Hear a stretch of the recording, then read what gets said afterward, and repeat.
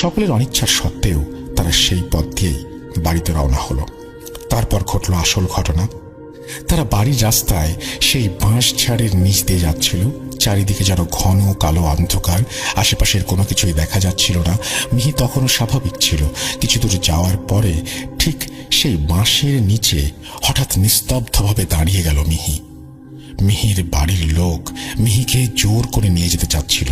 যখন মিহিকে হুজুরের কাছ থেকে নিয়ে যাওয়া হচ্ছিল, তখন মিহির বাবা মা, মিহির দুই চাচা এবং মিহির ছোট ভাই সাথে ছিল।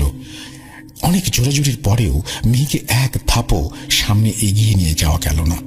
মিহির বাড়ির সবাই মিহির সাথে নিস্তব্ধভাবে দাঁড়িয়ে গেল। চারিদিক যেন থমথমে হয়ে গেল। সবাই তখন বুঝতে পারল তাদের সাথে খারাপ কিছু ঘটতে চলেছে। সবাই দোয়া দরুদ পড়তে শুরু করলো। এর মধ্যে হঠাৎ মিহি চিৎকার দিয়ে উঠল আর বলতে লাগলো, আমাকে ছেড়ে দে, আমাকে ছেড়ে দে, আমাকে কষ্ট দিচ্ছিস, আমাকে কষ্ট দিচ্ছিস। কেন আমার পিছনে লেগেছিস? আমি কি ক্ষতি করেছি তোর? এই কথা বলতে বলতে হঠাৎ মিহি নিস্তব্ধ হয়ে গেল। বাড়ির সবাই